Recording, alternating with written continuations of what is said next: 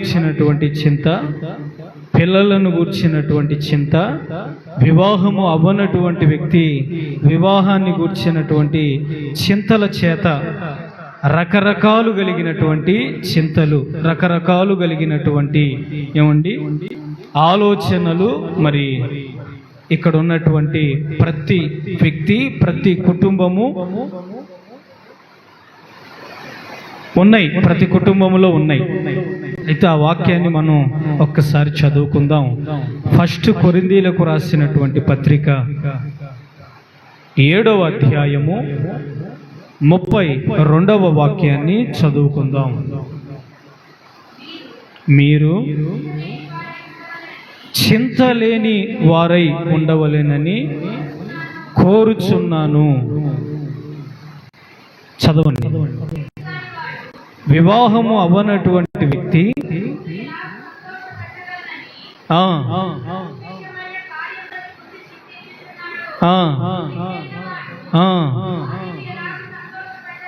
చూడండి, నేను చెప్పినటువంటి మాటలన్నీ ఆ స్థలంలో ఉన్నాయి, చదవబడినటువంటి వాక్యంలో ఉన్నాయి.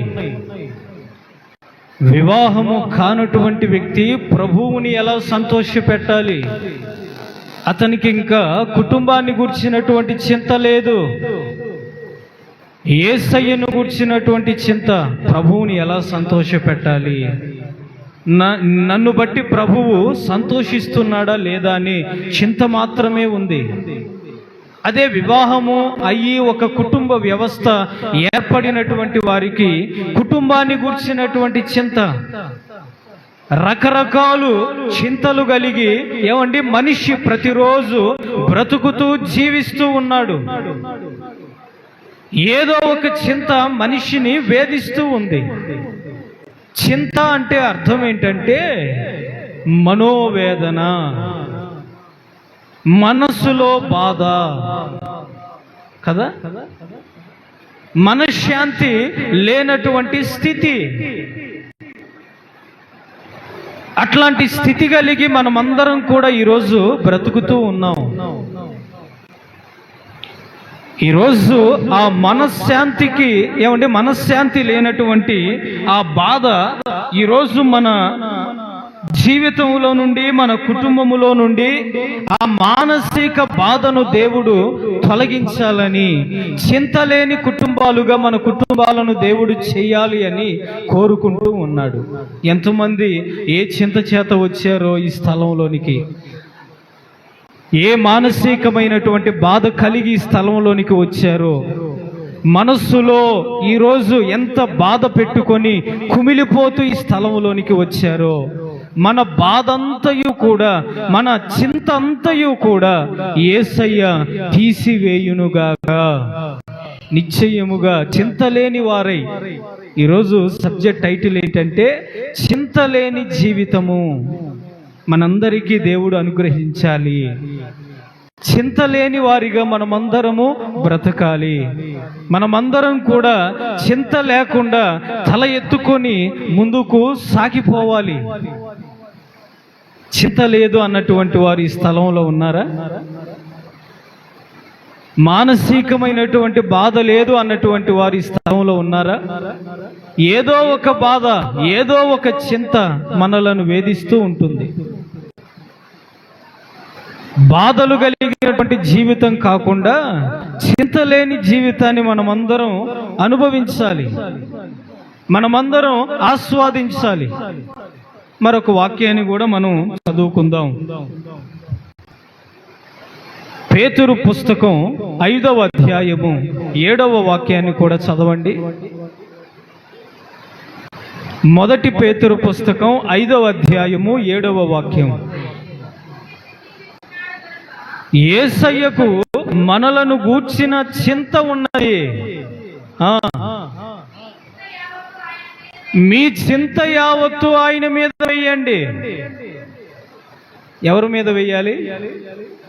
దేవుని మీద వేయాలి. మరి మనం ఎవరి మీద వేస్తున్నాం మన చింత? మానసికమైనటువంటి బాధ ఎవరి మీద వేస్తా ఉన్నాం? మన చింతను గూర్చి వేదన ఎవరికి తెలియచేస్తూ ఉన్నాం? యేసయ్య మన గురించి చింతిస్తూ ఉన్నాడంట. అయ్యో, ఇంకా రక్షించబడలేదే, ఇంకా నన్ను గూర్చి తెలుసుకోలేదే, ఇంకా నా సన్నిధిలో స్థిరపరచబడలేదే, ఇంకా నన్ను వెతకలేదు కదా అని ఆయనకు మనలను గూర్చిన చింత. మనకేమన్నా రేపటిని గూర్చిన చింత. రేపేం జరుగుతుందో, రేపేంటి నా పరిస్థితి, రేపే విధంగా జరుగుతుంది, ఏమండి ఏ విధంగా నా బ్రతుకు ఉంటుందో అనేటువంటి చింత. కానీ యేసయ్యకు మనలను గూర్చిన చింత ఉంది. మనకేమన్నా లోక సంబంధమైనటువంటి చింత ఉంది. ఈరోజు ఆ చింత అంతయు కూడా యేసయ్య మీద వేసినప్పుడు యేసయ్య మన చింతంతా తొలగించి మన మానసికమైనటువంటి బాధంతయు పోగొట్టగలిగిన ఒక మార్గాన్ని తెరవబోతూ ఉన్నాడు. చెప్దాం అందరం గట్టిగా, హల్లెలూయా, హల్లెలూయా. మన మానసికమైనటువంటి బాధ పోవాలి. శారీరక సంబంధమైనటువంటి బాధ ఒకటైతే మానసికమైనటువంటి బాధ మరొకటి. చింతకు ఆపోజిట్ ఏంటో తెలుసా? నిశ్చింత, లేకపోతే ఆనందం. ఇవి ఎప్పుడు కలుగుతాయి మనకి? ఇవి ఎక్కడ దొరుకుతాయి? ఇవి ఎక్కడి నుండి మనం అనుభవించగలుగుతాం? ఆలోచించండి. ఈ చింత తొలగేటువంటి దారి లేదా? ఈ చింత నా జీవితంలో నుండి పోయే మార్గం లేదా? ఈ చింత నాకు దూరం అయ్యేటువంటి ద్వారం ఎప్పుడు తెరవబడుతుంది అని ప్రతిరోజు ఎదురు చూస్తూనే ఉన్న బ్రతుకులు మనవి. ఈరోజు చింత మన జీవితంలో నుండి తొలగాలి, మన కుటుంబ వ్యవస్థలో నుండి తొలగిపోవాలి. మానసికమైన బాధ నీకు దూరం అవ్వాలి. దూరం అవ్వాలా లేదా? ఓ రోజు ఇంటికి వెళ్ళా ప్రార్థన చేయటానికి ఇంటికి వెళ్ళినప్పుడు ఆ తల్లిగారు ఆ కుటుంబంలో ఉన్నటువంటి ఆ బిడ్డకు ఒక పేరు పెట్టింది. ఏంటో తెలుసా? ఆ పేరు ఫ్లైట్. స్తోత్రం చెప్పండి. ఏ పేరు? ఫ్లైట్. అయ్యా, నా కుమార్తెకు ప్రార్థన చేయ్యా అంటుంది. ఏం పేరమ్మా అంటే ఫ్లైట్. అలాంటి పేరు పెట్టావు. ఆమె ఫ్లైట్లో నుండి నొప్పులతో బాధపడుతూ, ఫ్లైట్ ఎక్కగానే పురిటి నొప్పుల చేత బాధపడుతూ ఉందంట. ఫ్లైట్ దిగగానే సుఖమైనటువంటి కాన్పయిందంట. అందుకని ఆమెకి ఏం పేరు పెట్టారు? ఫ్లైట్. ఇంకా నయం బస్సులో వెళ్తుంటే చెప్పాలి. బస్సులో ఒకవేళ వెళ్తా ఉందనుకోండి, నార్మల్ డెలివరీ అయిందనుకోండి, బస్ దిగ్గానే బస్ అని పెట్టేవారు. ట్రైన్లో నుండి వెళ్తుంటే చెప్పాలి, ట్రైన్ అని పేరు పెట్టేవాళ్ళేమో. ఇంకొక ఇంటికి వెళ్ళాను, కలవరం. పేరేంటి? కలవరం. ఏందయ్యా ఈ పేరు పెట్టారు? ఇట్లాంటి పేరు పెట్టారు ఏంటయ్యా కలవరం అని? ఇంకొక ఇంటికి వెళ్ళాను, ఎందుకో వారికి అట్లాంటి ఆలోచన కలిగింది, అట్లాంటి పేర్లు పెట్టాలని. ఇంకొక ఇంటికి వెళ్ళగానే ఆకోరు. ఏ కోరు? ఆకోరు. ఆకోరు అంటే అర్థం ఏంటి? శ్రమ. రకరకాలు కలిగినటువంటి ఆలోచన కలిగి మనిషి ఎలా బ్రతకాలో తెలియనటువంటి పరిస్థితి మధ్యలో చింతిస్తూ ఉన్నాడు. మానసికమైనటువంటి ఒత్తిడికి గురవుతూ ఉన్నాడు. మానసికమైనటువంటి చింత మనిషిని వేధిస్తూ ఉంది. ఈరోజు అలాంటి చింతకు కారణమైనటువంటి ప్రతి కారణము మన కుటుంబ వ్యవస్థను విడిచి దూరమగునుగాక. మానసికమైనటువంటి బాధ తొలగిపోవునుగాక. మానసికమైనటువంటి బాధ ఉంది మనస్సులో, చెప్పుకోలేనటువంటి బాధ. అందుకే మన చింత యావత్తు ఆయన మీద వెయ్యాలి. మన చింత యావత్తు పోగొట్టగలిగినటువంటి యేసయ్య మీద మన చింత ఎప్పుడైతే వేయగలుగుతామో ఆ చింతను తొలగించి మానసికమైనటువంటి బాధను పోగొట్టి మన మనస్సుకు ప్రశాంతతను అనుగ్రహిస్తాడు.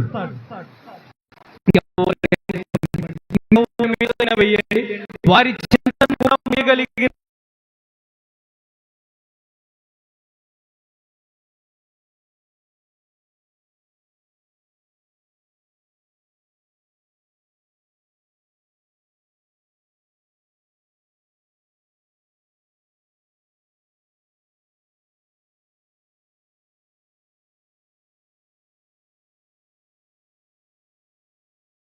చేసుకుంటూ ఆ దైవ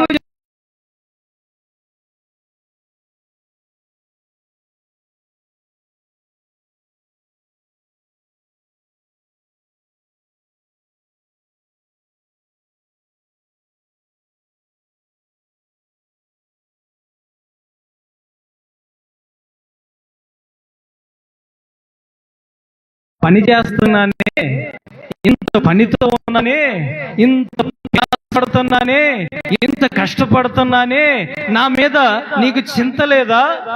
ఎవరన్నారు? మారుతుంది. మరి చెప్పేటువంటి మాట వింటూ ఉంది.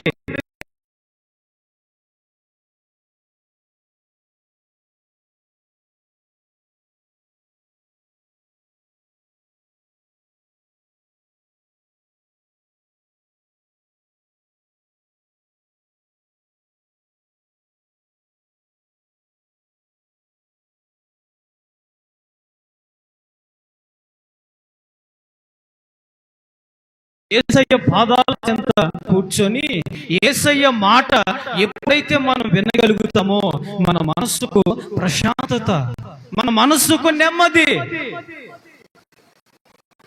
శిష్యులందరూ సముద్రంలో వెళ్తూ ఉన్నారు, యేసయ్య కూడా దోణిలో ఉన్నాడు. కొంచెం దూరం వెళ్ళగానే ఏమండి, సాతాను అలల చేత, సాతాను గాలి చేత, తుఫాను చేత ఆ దోణెంతటిని అల్ల కల్లోలం చేస్తూ ఉన్నటువంటి సమయంలో శిష్యులందరూ కలవరం అయిపోయారు. యేసయ్య మాత్రం ప్రశాంతంగా నిద్రపోతూ ఉంటే శిష్యులు యేసయ్యను చూచి ఒక మాట అన్నారు. ఏమని? మేం చనిపోతామన్న చింత ఈయనకు లేదా? మేము నశించిపోతామేమో అన్న చింత లేదా? మేము ఈ సముద్రంలోనే చిక్కుకొని ఈ సముద్రంలోనే మరణిస్తామన్న చింత లేదా? యేసయ్యకు తెలియదా? యేసయ్య వారితో ఉన్నా ఇంకా చింతతోనే, ఇంకా కలవరంతోనే, ఇంకా మానసికమైనటువంటి బాధతోనే జీవితాలు కొట్టుమిట్టాడుచు బ్రతుకుతున్నటువంటి వారం మనం. మానసికమైనటువంటి చింత, మానసికమైనటువంటి బాధ మనలను వేధిస్తూ ఉందండి. అది ఈరోజు మన కుటుంబ వ్యవస్థలో నుండి, మన జీవితాలలో నుండి దేవుడు దూరం చేయునుగాక. యేసయ్యతోనే ఉంటాం కానీ బాధపడతాం, యేసయ్యతోనే నడుస్తాం కానీ బాధపడతాం, యేసయ్యను తెలుసుకొని గ్రహించి యేసయ్యతోనే అడుగులు వేస్తూ ఉంటాం కానీ చింతిస్తూనే ఉంటాం. చింతంతా తొలగిపోవాలని ప్రభువు అంటున్నటువంటి మాట, మీ చింత మీరే మోయొద్దు, నా మీద వేయండి. మీ చింత మీరే మోసుకొని ఏమండి భారంతో ఉండొద్దు, నా మీద వేయండి. ఈరోజు ఏ చింతతో మీరు వచ్చారో ఆ చింతంతయు యేసయ్య మీద పెట్టండి. ప్రభువా, నేను మొయ్యలేకపోతున్నానయ్యా, నేను మొయ్యలేనటువంటి చింత నన్ను వేధిస్తూ ఉన్నదయ్యా, మానసికంగా శారీరకంగా నన్ను బాధిస్తూ ఉన్నదయ్యా, నేను మొయ్యలేను ప్రభువా అని మీ చింత ఎప్పుడైతే ప్రభువు మీద వెయ్యగలుగుతారో ఆయన మొయ్యలేడా? మన చింతంతా మన మీద నుండి తీసివేయలేడా? తీసివేయగలిగిన సమర్థుడైన యేసయ్య మనతో ఉన్నాడండి. అయితే చింత లేని జీవితాన్ని మనమందరం కూడా చూడాలి అంటే ఒక చిన్న వాక్యాన్ని చదువుదాం. సామెతల పుస్తకం 23వ అధ్యాయము 29వ వాక్యాన్ని చదవండి. సామెతల గ్రంథం 23వ అధ్యాయము 29. ఎవరికి శ్రమ, ఎవరికి దుఃఖము, ఎవరికి జగడములు, ఎవరికి చింత? ఎవరికండి చింత? ఎవరికి చింత? మనకు కాదా? మనం చింత లేని వారిగా ఉన్నామా? బిడ్డలను గూర్చినటువంటి చింత, రేపేం జరుగుతుందో అనేటువంటి చింత, కలిమిని గూర్చినటువంటి చింత, ఏమండి కుటుంబ సమస్యలను గూర్చినటువంటి చింత, శ్రమను గూర్చిన చింత, కుటుంబములో ఉన్నటువంటి జగడములను గూర్చినటువంటి చింత. ఏదో ఒక చింత చేత మనమందరం ఈ స్థలములోనికి వచ్చి ఈ స్థలములో ఏమండి ఈ వర్తమానాన్ని వింటున్నటువంటి వారం చింత లేని జీవితం కావాలి అని ఎవరికి ఉండదు? మానసికమైనటువంటి బాధ లేనటువంటి వారిగా ఉండాలి అని ఎవరికి ఉండదు? అయితే చింత ఎవరికి దేవుడు దూరం చేస్తాడో 2-3 వాక్యాలు నేను మీతో పంచుకుంటాను క్లుప్తముగా. చూడండి, ఫిలిప్పీలకు రాసిన పత్రిక 4వ అధ్యాయము 6వ వాక్యాన్ని చదవండి. ఫిలిప్పీ పత్రిక 4వ అధ్యాయము 6వ వాక్యం.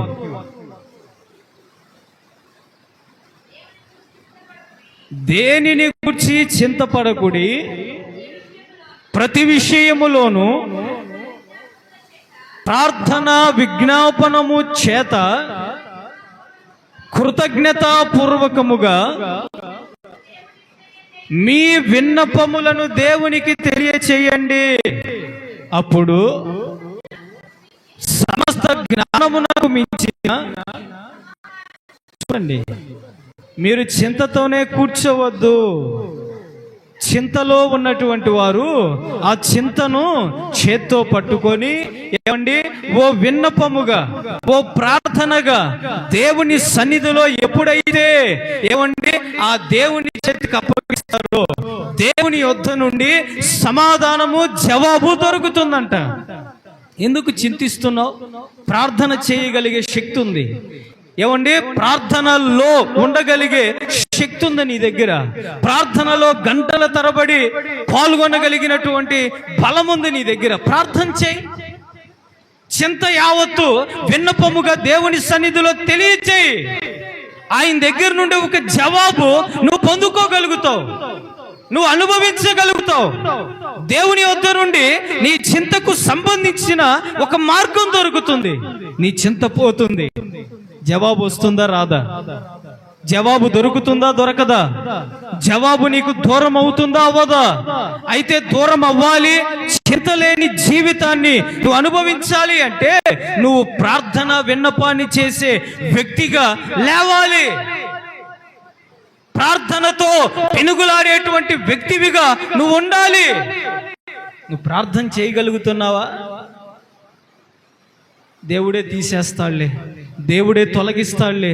తొలగిస్తే ప్రభువు నమ్ముకుందాం, తొలగించకపోతే ప్రభువు ఏమండి ప్రభువుకు దూరం అయిపోదాం అనే ఆలోచనలో ఉన్నావా?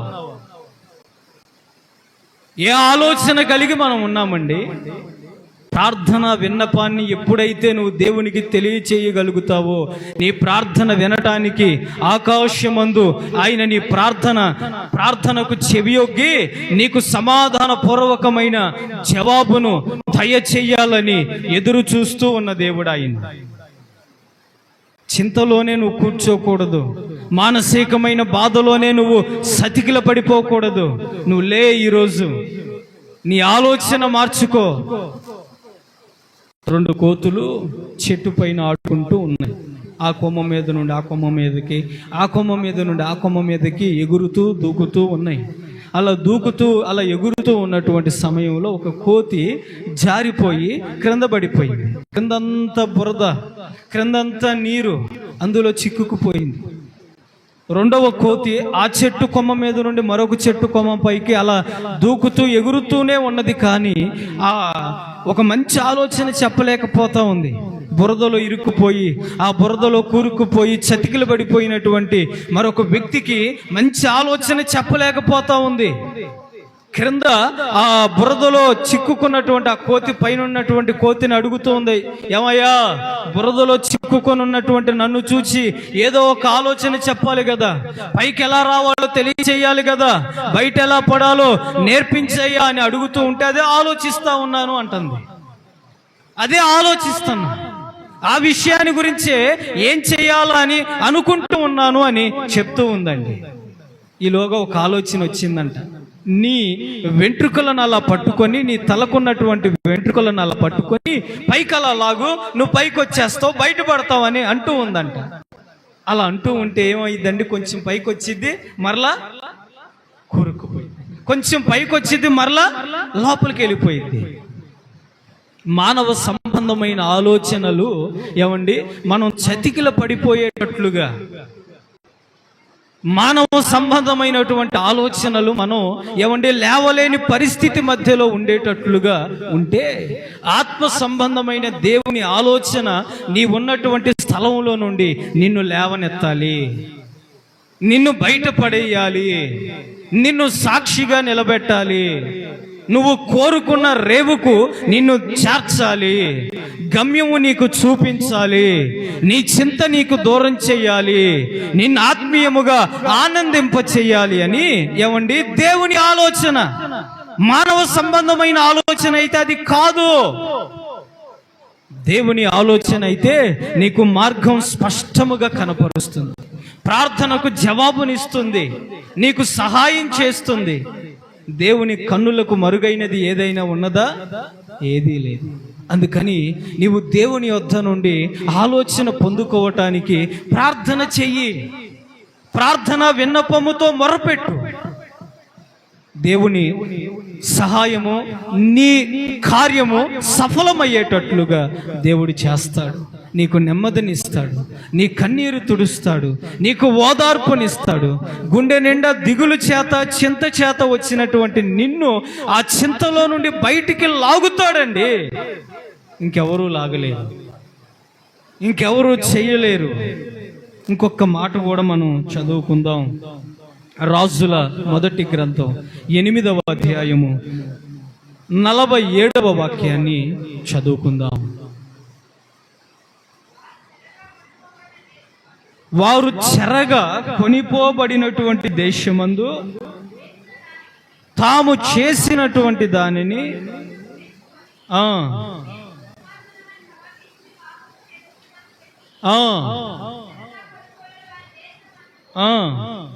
చింతించి పశ్చాత్తాప హృదయము కలిగి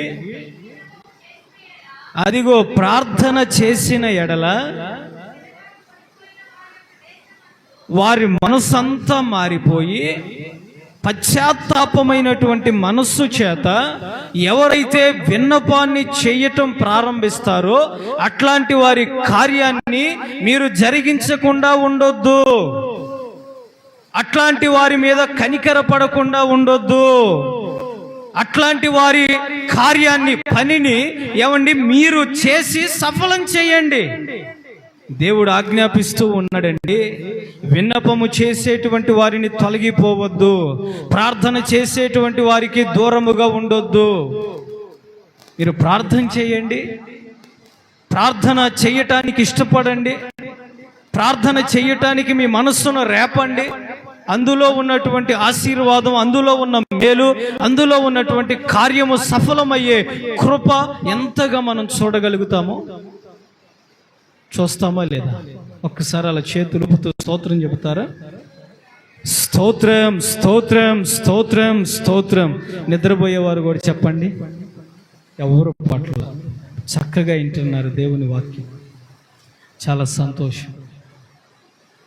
మనమందరం కూడా పశ్చాత్తాపమైనటువంటి మనస్సుతో మన పాపము నిమిత్తమై ఏమండి దేవుని సన్నిధిలో ప్రార్థనా విన్నపాన్ని, నేను ప్రార్థన చేయలేదా, ఈరోజు నేను మోకరించలేదా, దేవుడు నిన్ను రేపు పరలోకానికి వెళ్ళినప్పుడు ఒక మాట అడుగుతాడు. ఒక్క వ్యక్తినైనా రక్షించావా? ఒక్క ఆత్మకైనా సువార్త ప్రకటించావా? ఒక్క వ్యక్తినైనా నా వైపుకు త్రిప్పావా? ఒక్క వ్యక్తినైనా ఏమండి దేవుని సన్నిధిలోనికి తోడుకొని రాగలిగావా అని అడుగుతాడు. అప్పుడు మనం ఏం చెప్తాం? అప్పుడు మనం ఏం చెప్పగలుగుతామండి? లోతును కూడా దేవుడు అదే కదా అడిగింది. అయ్యా, ఒక్క ఆత్మనైనా, ఒక్క వ్యక్తికైనా సువార్త చెప్పగలిగితే ఏమండి నిన్ను రక్షించగలుగుతాను. సొదొమ గొమొర్రా పట్టణం మీదకి ఏమండి ఈ ఉగ్రత రాకుండా తప్పిస్తాను అన్నాడు. లోతు ఇంటిలో ఎంతమంది ఉన్నారండి? లోతు, తన భార్య, 2 కుమార్తెలు, అల్లుళ్ళు. ఎంతమంది ఉన్నారు చెప్పాలి? ఎంతమంది ఉన్నారండి? అంతమంది ఏమండి ఆ సొదొమ గొమొర్రా పట్టణంలో ఒక్క ఇంటిలో ఒక్క వ్యక్తినైనా పట్టుకోగలిగితే, ఒక్క వ్యక్తినైనా రక్షించగలిగితే ఉగ్రత వచ్చేదా? ఉగ్రత నుండి తప్పించబడేవారు కదండి. ఉగ్రత దూరం అయిపోయేది కదా. లోతు ఆశీర్వదింపబడేటువంటి స్థలంలో నిలబడేవాడు కదా. ఎన్నో మార్లు అబ్రహాము చెప్పాడు, అయ్యా ఇట్రా తమ్ముడా, అయ్యా బిడ్డా ఇట్రాయ్యా, నా యొద్దకు రాయ్యా అంటే నేను ఇలా వెళ్తానన్నాడు, నేను ఈ దిక్కుకి వెళ్తానన్నాడు, నాకు నీ ఉన్న స్థలంలో ఉండటం ఇష్టం లేదన్నాడు. అందుకనే అబ్రహాము ఏమండి పాలు తేనెలు గల దేశంలో ఉంటే లోతు మాత్రం రాళ్ళు రప్పలు పిచ్చి చెట్లు తుమ్మ చెట్లు నిలిచినటువంటి స్థలంలో ఉన్నాడు. ఎంత గొప్ప దీవెన పోగొట్టుకున్నాడండి, ఎంత గొప్ప ఆశీర్వాదం పోగొట్టుకున్నాడు. ఈరోజైనా మనం మేల్కొందాం. మన చింతంతా దేవుని మీద వేసి, మన చింతంతయు కూడా దేవునికి ఏమండి అప్పగించేసి, ఈరోజు ప్రార్థన విన్నపాన్ని ఎప్పుడైతే మనం దేవునికి విన్నపముగా చెప్పగలుగుతామో మన చింతంతయు దేవుడు తొలగించునుగాక. చెప్దాం గట్టిగా హల్లెలూయా. మన చింతంతయు దేవుడు తీసివేయునుగాక. మన మానసికమైనటువంటి బాధంతయు దేవుడు పోగొట్టునుగాక. అంతా దేవుడు దూరం చేయాలండి. ఒక్క మాట చెప్పి నేను ముగిస్తాను. చూడండి, మత్తయి సువార్త 6వ అధ్యాయం 25వ వాక్యం. ముగింపులోనికి వచ్చాం మనం. 6వ అధ్యాయం 25వ వాక్యం నుండి 33వ వాక్యం వరకు మీరు చదవగలిగితే, అందువలన నేను మీతో చెప్పున్నది ఏమనగా, ఏమి తిందుమో ఏమి త్రాగుదుమో అని నీ ప్రాణమును గూర్చి అయినను ఏమి ధరించుకొందుమో అని మీ దేహమును గూర్చైనను చింతించొద్దు. దేవునికి తెలుసు సమస్తం మీకు ఎప్పుడు ఏమి ఇవ్వాలో, మీకు ఎప్పుడు ఏమి కావాలో, మీ కుటుంబానికి కలిమి లేకుండా ఎప్పుడు సమృద్ధిని ఇవ్వాలో దేవునికి సమస్తము తెలుసు. అందుకే ప్రభు అంటున్నాడు, దేనిని గురించి చింతించవద్దు. ఏమి తిందామా, ఏమి త్రాగుదామా, దేహము విషయమై ఏమి కట్టుకుందుమా అని దేనిని గురించి చింతించొద్దు. దయచేసి దేనిని గూర్చి విచారపడవద్దు, దేనిని గూర్చి ఆలోచించవద్దు. మీ చింత యావత్తు మొయ్యగలిగిన దేవుడు మీతో బయలుదేరాడు. మీ చింతను మొయ్యగలిగిన యేసయ్యతో సమానులైన వారు ఎవరైనా ఉన్నారా? లేదు కదా. ఆయన మొయ్యగలిగిన సమర్థుడండి. దానిని గురించి ప్రక్కన పెట్టి మీ చింత ఏమై ఉండాలో తెలుసా? ప్రార్థన విన్నపం. నేను ప్రార్థన చేసే వ్యక్తిగా ఉండాలి, ప్రార్థన చేసే వ్యక్తిగా ఉండాలి అనే నీ ఆలోచనను నువ్వు ఎప్పుడైతే మార్చుకోగలుగుతావో, నీవు ఎప్పుడైతే నీ ఆలోచన ఆ రీతిగా ఏమండి చెయ్యగలుగుతావో, దేవుని యొద్ద నుండి సమాధానపూర్వకమైన జవాబు నీకును నీ కుటుంబానికి నిశ్చయముగా దొరుకుతుంది. 2వ మాట చూడండి, దానియేలు గ్రంథం 2వ అధ్యాయం 29వ వాక్యం. సమయం ఎంత అయింది? టైం ఎంత అయిందండి?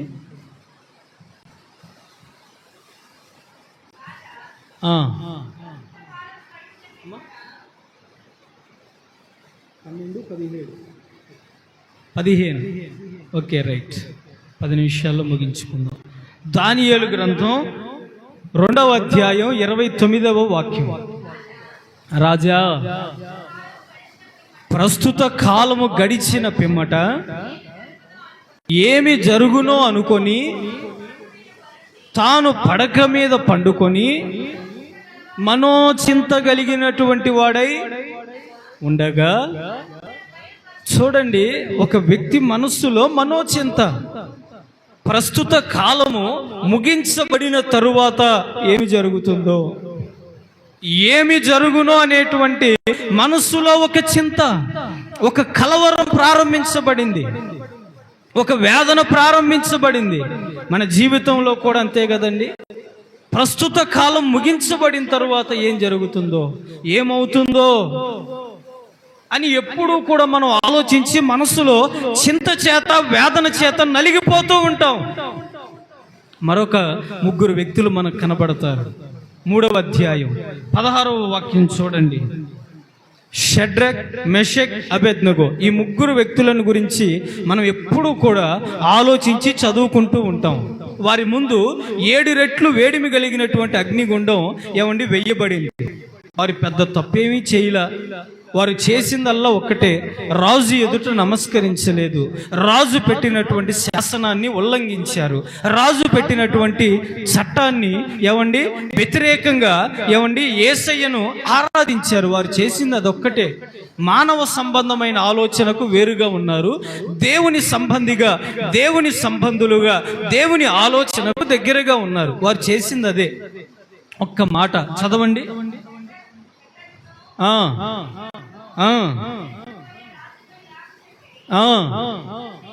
నీకు ప్రత్యుత్తరము ఇవ్వాలి అన్న చింత మాకు లేదు. నువ్వేం చేస్తావని చింత మాకు లేదయ్యా. చంపుతావా? చంపే. అగ్నిగుండంలో పడేస్తావా? పడే. అయినా యేసయ్య అనే మాట తప్ప మా నోటి వెంట మరొక పదం రాదు. మేం బాధలో ఉన్నా, మేం చింతలో ఉన్నా, రేపటిని గూర్చినటువంటి ఏం జరుగుతుందో అనే ఆలోచన మాకు లేదయ్యా రాజా. మాకున్నదల్లా ఒక్కటే, మా దేవుణ్ణి మేము ఎలా సంతోషపెట్టాలి, మా దేవుణ్ణి మేము ఎలా ఆనందింప చేయాలి, మా దేవుని మీద మా మనస్సులో ఉన్నటువంటి చింత ఎప్పుడో వేసాం. మేము ఈ అగ్నిగుండం మమ్మలను కాల్చివేస్తుందేమో అన్న చింత మాకు లేదయ్యా. ఆ కలవరం మాకు లేదు. వారు పడ్డారు. కనీసం వారి దేహం మీద ఉన్నటువంటి ఆ వస్త్రం కొంచెమైనా కాలిందా? కొంచెమైనా కాలిపోయిందా? కొంచెమైనా నలిగినట్లుగా ఉందా? అసలు ఆ పొగ వచ్చిందా? ఆ నిప్పు వాసనైనా వచ్చిందా? రాలా. అసలు చింతే లేదు. మనం పైన పెదవులతో కాదు కానీ హృదయపూర్వకంగా ఎప్పుడైతే ప్రస్తుత కాలం ముగించబడిన తరువాత రేపేం జరుగుతుందో అనేటువంటి ఆలోచన లేకుండా ఉంటామో అప్పుడు నీ ముందు ఉన్నది ఏదైనా కానివ్వండి, నీ ముందు జరుగుతున్నది ఏదైనా కానివ్వండి, నీ ముందు ఎంత పెద్ద బలాఢ్యుడైనా ఉండనివ్వండి, నీ ముందు ఎంత పెద్ద సమస్య అయినా ఉండనివ్వండి, బండరాయి అయినా ఉండనివ్వండి, తొలగించగలిగిన సమర్థుడు నీతో ఉన్నాడు, నీలో ఉన్నాడు. ఆయన నీ ఎదురుగా ఉన్న బండరాయి కంటే బలాఢ్యుడు. ఆయన దేవునికి స్తోత్రం కలుగునుగాక. నీ ఎదురుగా ఉన్న సమస్య కంటే బలాఢ్యుడండి ఆయన. నువ్వు ఆయనకి తెలియచేయి, నువ్వు ఆయనకి చెప్పు. ప్రస్తుత కాలం తరువాత జరగబోయేటువంటి విషయాల గురించి నువ్వు చింతించొద్దు, నువ్వు వేదన చెందొద్దు, నువ్వు బాధపడొద్దు. ప్రభు నీతో ఉన్నాడని సంతోషించు. 3వ విషయం కూడా చెప్తాను. కొరింథీ పత్రిక 7వ అధ్యాయము 21వ వాక్యం చదవండి.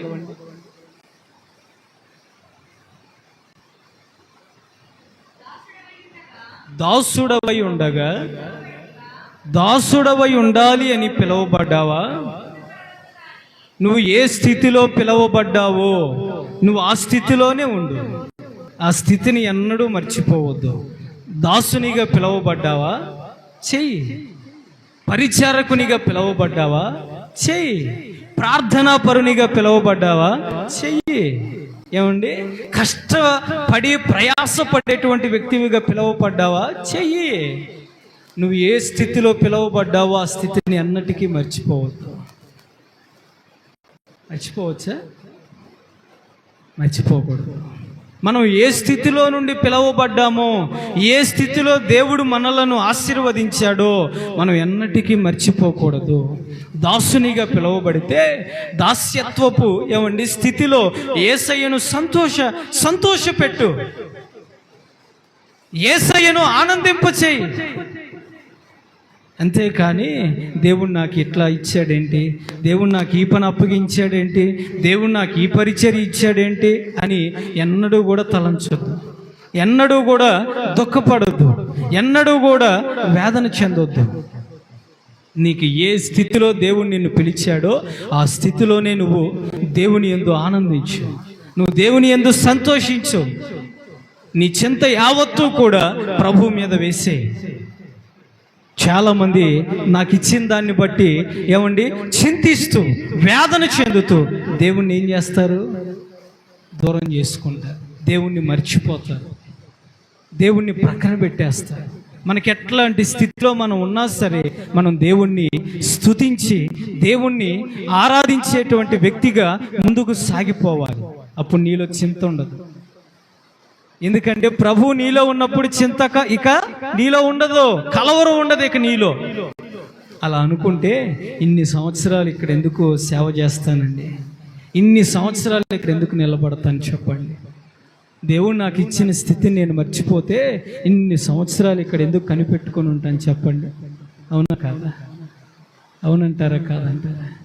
ఏదో ఒక రోజు నా స్థితిని చూచి నా ప్రభువు జాలిపడ్డా, నా స్థితిని చూచి నా ప్రభువు నన్ను దీవించడా, నా ప్రభువు నన్ను వృద్ధి చేయడా అని ప్రభువు మీద నేను ఆనుకోకపోతే ఇన్ని సంవత్సరాలు ఈ స్థలంలో నిలబడేవాడిని కాదు.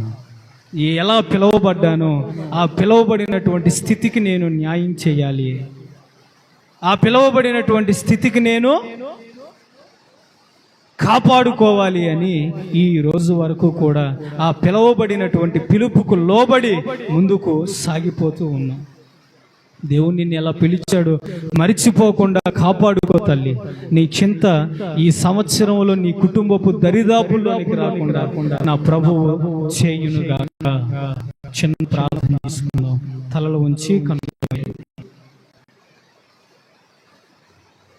ప్రేమ కలిగిన తండ్రి, పరిశుద్ధుడవైన నా యేసయ్య, మీ పరిశుద్ధమైన ఘనమైన నామానికి స్తోత్రాలు చెల్లిస్తూ ఉన్నాను తండ్రి.